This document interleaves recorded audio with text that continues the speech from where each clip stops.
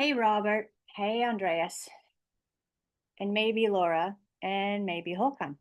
Yeah, there's a lot of light coming in. Oh, it's gorgeous here today in Sweden. Um, Unfortunately, I don't have a lot of time. I really thought I was going to have most of the morning to chat with you, but I want to do this video letter 6 about Danielle um, because we had a conversation regarding Yuri Hassan and his metronomes. And I think it's important to get across um, my point of view that we need to have certain sensory system parts of certain sensory systems to couple. And when they couple, we get good information from multiple sources. Uh, uh, Desperate. It's not desperate. I got to look up a word. Hang on. I found my word. Um, there's so many times that I hear myself afterwards that I've sent you guys a video letter, and I'm using a Swedish word. Like I will say, Allissa hair, and I'm not saying hair, I'm saying here in Swedish. And so, for 10 years now, I've been trying to learn Swedish, and I started when I was 43. Um, my tongue doesn't do certain shapes and my mouth doesn't like doing certain shapes. But had I grown up, like my daughter was 8 when we moved here, she was able to train her tongue to sit in the mouth differently when she says different vowels, and her lips do something very differently than mine. And I am trying, but there are so many times I blend my English and my Swedish. And so at one point, hopefully, I will only be able to think in Swedish and talk in Swedish, and then only be able to, I can separate them. But right now, they're just blending all together. So I have to apologize. And in that blending process, I'm certain things are being snipped away. And there's certain words in English that I just forget. Okay, enough of that. Let's see. Dis disparate. Disparate. I don't know how you're gonna say it. Oh, it says it. Disparate. Disparate. Disparate. I guess I was right. Disparate.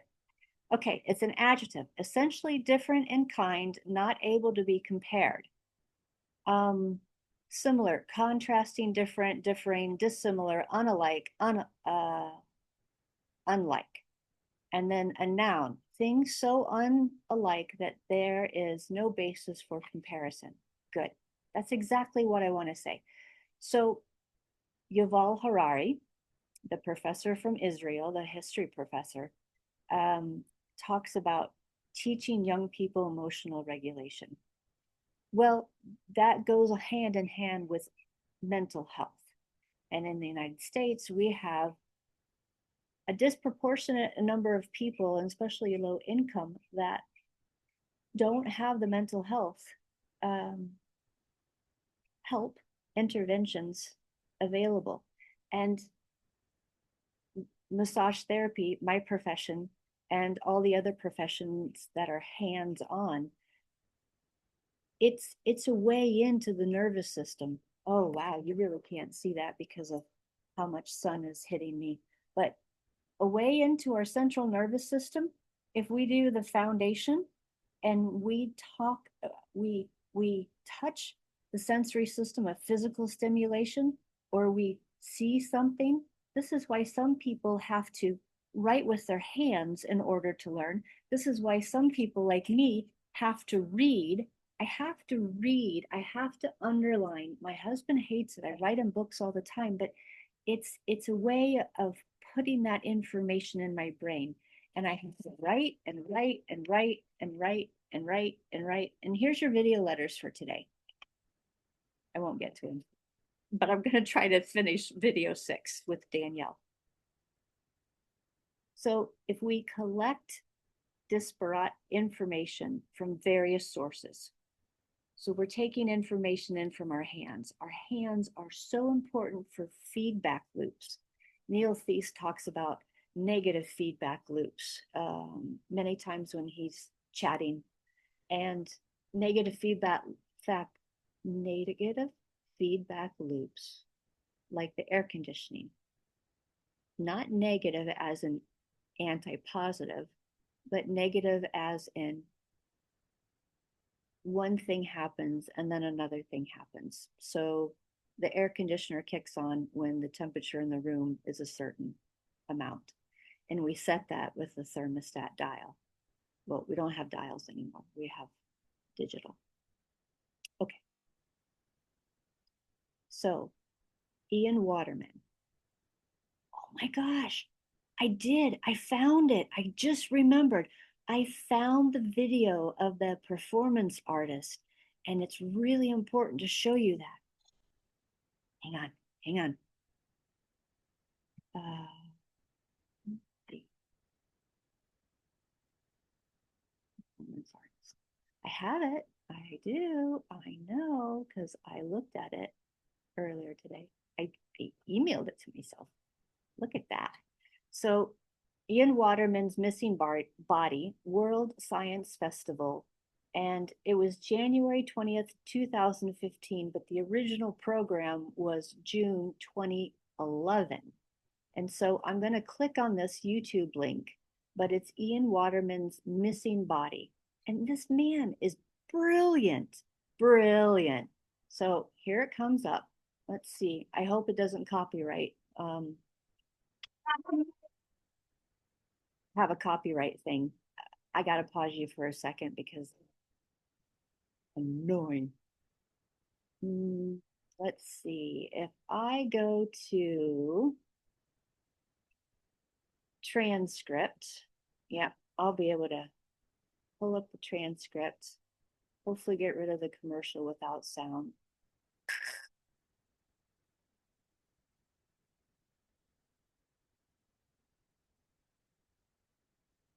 Nope, looks like it has to do the commercial. Hang on.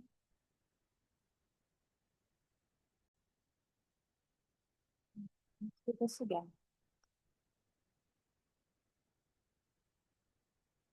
Here we go. Ian Waterman's Missing Body. So the performance artist talks about Ian Waterman waking up one morning, which happened to be May 1971. He was 19 years old. And he looked down at his body and he could see it, but he couldn't feel it. And he knew that he had one because one leg was under the bedclothes and one wasn't. So Andrew Dawson is a performance artist that does a brilliant rendition. So you can find it with Ian Waterman's Missing Body World Science Festival. And I also have a link in the show notes if you want to do that. But he does something later on. Okay, so the easy thing about sitting on a chair backwards, you and I, we take it for granted. But because Ian cannot feel his body, he doesn't have that feedback loop from his hands or any part of his body. He has to use his vision. He also has to use sound in order to figure out and be aware of every movement he does. The sound and our eyes are not responsible for moving our body, but his proprioception is absolutely gone. So without that feedback, every movement that he does is a marathon. I mean, it's definitely a marathon. And we say he was depressed because he couldn't get out of bed. I say he's depressed because a whole sensory system just went offline overnight, literally. Okay, so if he is distracted while trying to figure out how to sit backwards on a chair, he'd fall over, and he wouldn't feel the hardness of the floor. He would just feel the coolness of the floor, And little by little, he developed more and more strategies around a little bit more of the gesturing and beginning to function in the world again. So Andrew interviews him, and and Ian Waterman talks about his hands. So I see. Oops. Nope. Nope. Nope. Nope. Don't do that. So Ian says that he can't see his hands, but if he has to reach into his pocket, he can listen to the sound of keys, change jingling, because he can't feel his hand in his pocket. But he knows he needs to reach for keys or he needs to reach for coins. And so they're in his pocket and he can hear the jingle. You know, if you remember, we did in video letter 2, Roland Johnson's biology, integrative biology lab up in Umeå University.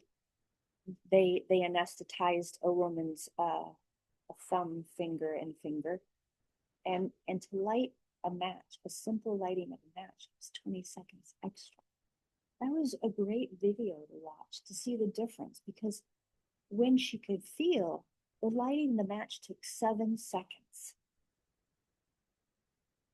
There has to be so much frustration in Ian's world. And then he figured it all out on his own, because by the end of July 1973, he was leaving the rehab center. Basically, he figured it out all on his own. He adapted on his own. And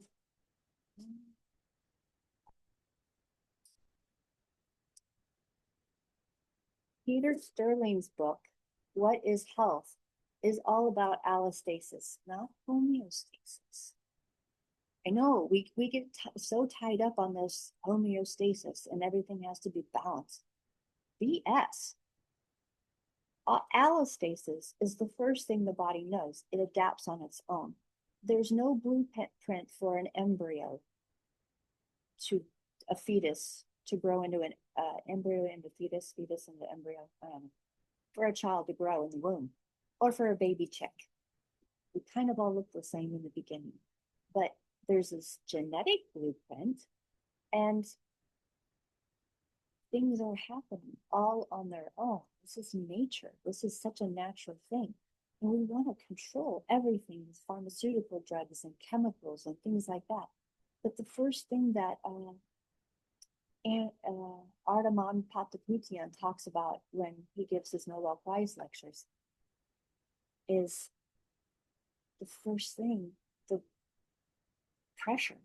Pressure is a signal, and pressure then stimulates ion channels to open, and millions of molecules flow through one ion channel in a second.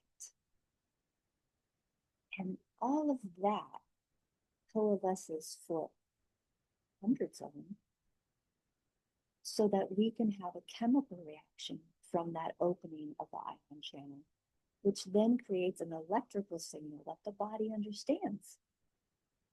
And then we get movement, we get emotion, we get movement, we get thought. So all this afferent information comes up here or somewhere in here and is interpreted, because it's a collection of disparate sources. That collection is then interpreted, and then emotion, afferent is emotion, and then efferent is behavior or movement. What happens when you can't move? Yeah, I said I was going to do Danielle. Look where I've gone. Yeah. So I have lots of notes. Dr. Peter Sterling, Taximika, thank you for that book. It's awesome. Bodies do it all on its own, just like nature. So wait a second. A while ago, I was watching two ladies physical therapist talk because my mom was having movement problems. So I went everywhere. The doctors really weren't listening to me on how robust and resilient my mom was. It was all about medicines and not teaching occupational therapy skills. So I went in so many different directions to see if I could help my mom on my own. And then this University of California, San Francisco Osher Mini Medical School, May 2nd, 2017 popped up. And it says these two women, physical therapists, I believe, when when your world spins out of control, how your inner ear and brain work together for perception, balance, and movement. Your inner ear and your brain work together to have balance and movement. And I fully agree with them. There's no question about what they have to say. Uh, so, oh, one of the women is Erica. It's Erica, a physical therapist, a master of physical therapy, a doctor of physical therapy, and I don't know when NSC is. But she's part of the Department of Physical Therapy and Rehabilitation Science. So she's a smart cookie chatting about what it is to have balance and perception. And one of her slides is key ingredients for balance.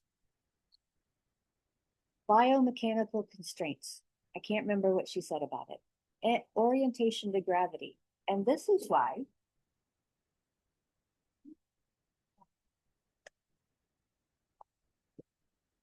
why all the work from Dr. Joan Verkanos is so important because she was the NASA stress doctor for early space flight. She figured out quite a few things, but astronauts were coming back with a standing position that was a wide stance like a child has in order to learn balance. And also, they were doing these wonderful posturography tests when astronauts came back to Earth to find out what their proprioception, how much it had diminished. And there was quite a few astronauts that were well seasoned. They worked out every day. They did training programs that were literally out of this world, but they worked out with their muscles every single day. And still, they lost muscle mass, and still they lost the sense of proprioception and where their body was. They couldn't even control when they fell over. They didn't know they were falling over. So orientation to gravity is key, and sensory strategies. So what the heck? I'm sorry, this is for kids. What do I mean by sensory strategies? Well, I did a video in Swedish for a class. Well, I can see that's not going to work. Let's see.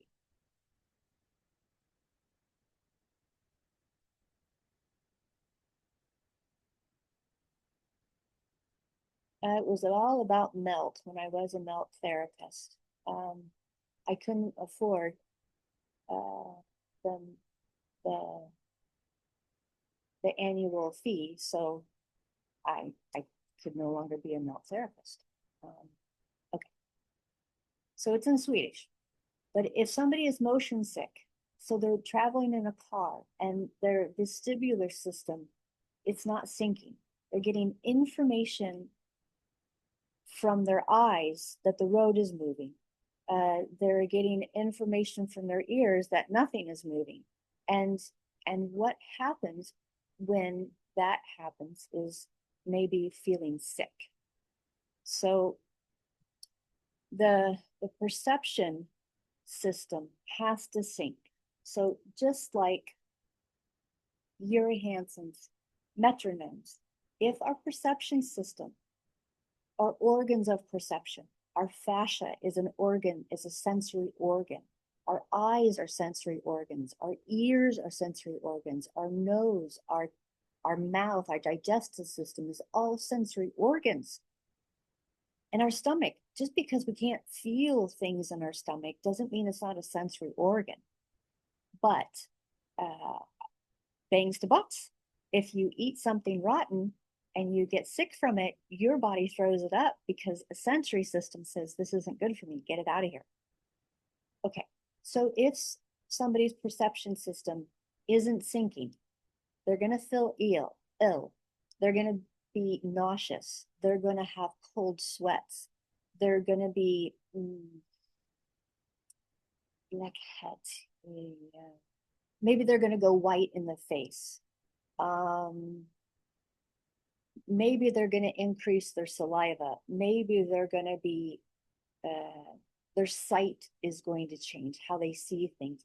Maybe they're going to have a headache or a pain in their head or ears. Maybe they're going to have vertigo. Maybe they're going to be dizzy. Oh, so all of that from this inner ear. And Robert, you talked to me at the Fascia by C conference about this, about collagen, fascia being this thin collagen membrane. Look, the tympanic membrane is a thin collagen membrane. So our sensory systems are leakodont. They're the same in different areas. And this is so important so that hearing and eyesight couples so that we have good, wonderful information coming in. So Danielle had great information coming in. So let's see if I can find Danielle's information. Oh, I'm so sorry, this is taking so long. All right, can't find what I'm looking for, but this will work. Okay, so we've talked about Danielle so many times, but here's the thing. Here's a 7-year-old girl that was found in Tampa, Florida. Well, in Florida, I shouldn't even say Tampa, but the Tampa Bay newspaper covered it. So she was a feral child. She was in a home with her mother, but from all reports, her mother had mental illness because her mother said that her mother did the best she could to raise her, and the best she could was not very good. So Danielle was born, and she had an older brother that knew about it, but Danielle never went outside. For the first 7 years of her life, she never saw the sun, felt or tasted solid food, and she was kept in a small place, cloistered in the darkness, left in a dirty diaper, fed only with a bottle. So, first of all, this is not a good situation. And 10 years later, they interview the adoptive father that renamed her Danny, and they also talk to the detective Mark. And there's more information another 10 years later, so 20 years later, Detective Mark remembers all of the sights and the sounds of that day because it was such an emotional day.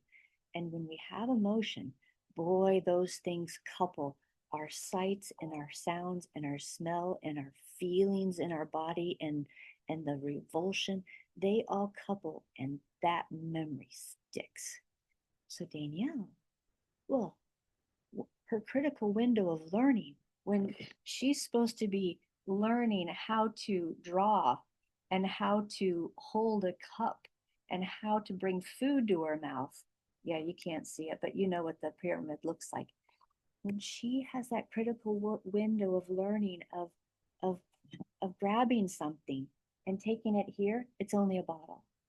So she's only trained the muscles around her nips how to suck. She doesn't know how to take food off of a fork.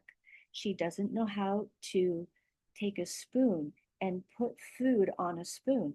And when she was taught at a later stage in her life, eating is very messy because she doesn't know how to get it into the mouth without dropping it. Her adoptive father and mother really had to work with her, and they used a lot of animals to work with her. But as any woman, as any child that's a female gets older and has her period and she's throwing a tantrum because the adoptive father can't understand what's going on inside this poor girl, um, people look. And so I think it was at 18 years old, he had to make the painful decision to put her in a home. And so she's heavily medicated in order to make her life possible. She's sedated, she's okay, but some of us might wonder if she's living. And it goes back to what she had to go through for the first 7 years of her life. And uh, I showed you a picture of her eyes. And I think what you're going to see here, yes, there's a picture of her eyes, but she was in a filthy room. She couldn't speak. No one taught her to speak. No one taught her to groom herself. No one taught her how to comb her hair or brush her hair.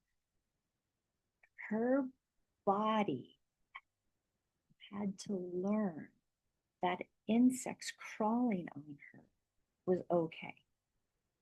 Her body had to learn that having a dirty diaper on for days, weeks on end was okay. Her body had to learn feeling dirty was okay. And when food was presented at later in her life with her adoptive father and mother, she overate. And when they weren't looking, that she would go into the refrigerator, even if she had just eaten, and she would try to eat everything because her body remembered starving and it tried to do everything it could not to have it happen again. Holly Klein, previous experiences dictate our behavior. And we say this little girl has emotional autism, and I'm not, I don't have the education. I just can't say, but I do say that I think we have to look more at the sensory system because her body did whatever it could. It adapted the best that it could. It did it all on its own. It survived. It survived in very unlikely conditions. And after Danielle was removed from the filthy, bug infested room and was taken to Tampa General Hospital, malnourished and anemic, she spent 6 weeks there. Well, everyone knows the healthcare system in the United States is crazy. Spending 6 weeks in a hospital has to cost well over $1 million, easy. And well, even after a woman has a baby, they're out the door the next day. That's the US for you. It is very interesting there. I know you Andreas and Robert, you're from Germany. I don't think you know what I'm talking about. So these are her eyes. Vision, vision, vision, vision. There's something missing. She was in a dark room for 7 years of her life. And thank goodness there was a neighbor that said, there's a little girl looking out of the window. I've never seen a school bus come around here. What's going on? I'm going to call the people that need to investigate this. And that's where Detective Mark came over and the social worker. And 7 years of her life, Danny never felt the sun or the wind on her face. And you know what? When we talk about proprioception and we talk about the sensory system, the Nobel Prize winning for Ardon Pataputian and David Julius for the trip receptors and the PZO1 and PZO2, capsaicin, trip receptor capsaicin and PZO1, PZO2. That was a brilliant speech given by the person before the prize was awarded. And he talks about our proprioception system because we feel the wind. And you know what? I'm going to go outside very soon because I have clients and I'm going to feel that sun on my face and I'm going to love every minute of it and I'm going to feel the breeze and I'm going to hear the leaves on the trees and I'm going to feel at peace because that's what nature does to us. I'm so freaking removed from nature, but I live in Sweden now, and I'm so glad. I can go for a walk for 2 hours and not meet a single person. Oh, gotta go. All right. Siri, turn off. Yeah, here's the last. Let's go back to Francis McClone. This is a lot of information, so I won't. It talks about the slow conduction system, but how slow touch system goes from body to brain and back starts at 17 minutes and 10 seconds. And then touch systems create conscious and unconscious experiences. The one most important is the slow touch system because that goes directly into a different location of the brain. And this is Håkan, and this is Håkan's work. Laura Case is extending it. They're still working at Linköping University on this. Francis McClone is in the United Kingdom working on the baby blanket, the back and the sack. And thank goodness we have researchers like this. And in the United States, we're not going to have any of that anymore because they're not going to have any funding. So this is critical that I give this little egg over to you, Andreas and Robert, because when you go to the Fascial Research Congress and you talk to these wonderful people that are doing hands-on body work, make sure they know how important this is, because had my mom had hands-on and not pharmaceutical therapy interventions and not surgical therapy interventions as often, had she had more mechanotherapeutic interventions like Helene Langevin has talked about, those mechanotherapeutic interventions feed every Brune system that we have. So the signals are processed from the periphery and the central nervous system, and they whiz up the spinal cord, and a signal from the C-tactile afferent and the fast touch nerves comes into the brain, and we see a map of where the brain is represented. And the fast touch system is what's called the somatosensory cortex, receives information. So this is where the body is represented again for fast touch. But the slow touch system, we've finally discovered, again, using functional imaging techniques, doesn't come into the fast processing area of the brain. It comes into the slow touch system and goes into the brain that basically processes emotion. So the two systems are already disassociated. Ooh. And these areas of the brain where emotion is processed, whereas the somatosensory cortex, where detection is processed. And again, we use these techniques of functional magnetic resonance imaging so we can look at how these senses are represented in the brain, particularly in the emotional aspects of those senses, and also more importantly, how they interact, because they have to couple. And if they don't couple, we have a whole string of letters after someone's name that have very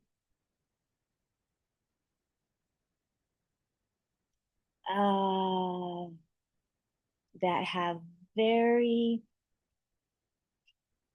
interesting treatments. We manage symptoms. We don't treat the problem. And if we look at the somatosensory system and we look at the slow touch system for emotional regulation, now we're getting into it, because they have to sync, they have to couple for physical entrainment to make neural entrainment to learn. And there is a critical window, but Ian Waterman proved at 19 years old, he did it. Okay, so touch interacts with smell, interacts with vision. We get into multisensory elements here. And although this is Francis McClone saying, although Francis McClone mainly focuses on one modality, the one key thing about this nerve fiber, by the way, the C-tactile afferent, is that we have the only laboratory in the country that can record from this particular nerve fiber in human skin. To understand its properties, we've developed many years ago with Åke Valborg, Swedish, Håkan Olsson, Swedish, Roland Johansson, Swedish, a robot that stroked the skin about 3 centimeters per second. And if you stroke faster or slower, the nerve fiber activity rolls off. So this known fiber is tuned to the caressing touch. I'm done. I'm done. I'm done. I'm done. Daniel had no caressing touch. Just like the mouse pups that are licked by their moms versus the mouse pups that aren't so groomed by their mothers, their sexual behavior is different, their anxiety behavior is different.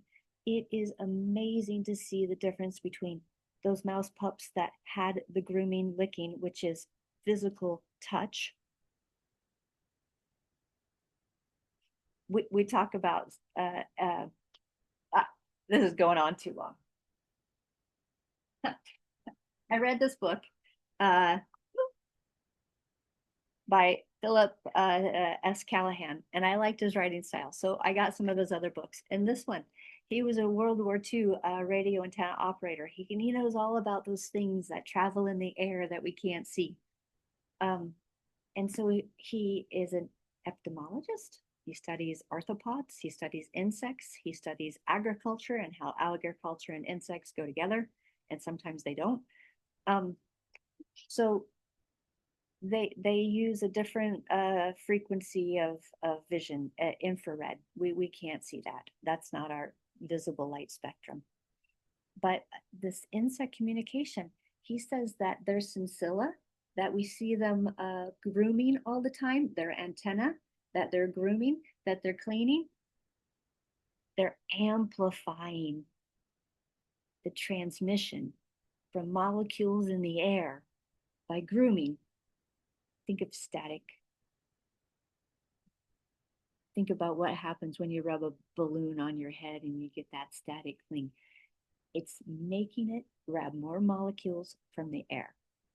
Every time a mouse pup is licked by its mother, an ape is groomed by its friend, they have a stronger bond.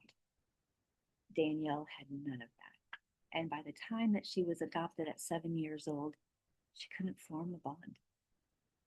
It's tragic. It's absolutely tragic. And now we're sending kids to school and we're expecting them to learn when they feel scared. Mechanotherapeutic interventions are the foundation of helping children and adults and people of all ages help themselves. I'm done. Video letter 6. Bye-bye. Gotta go. Okay, I got work to do. Hey, do. Oh, so go.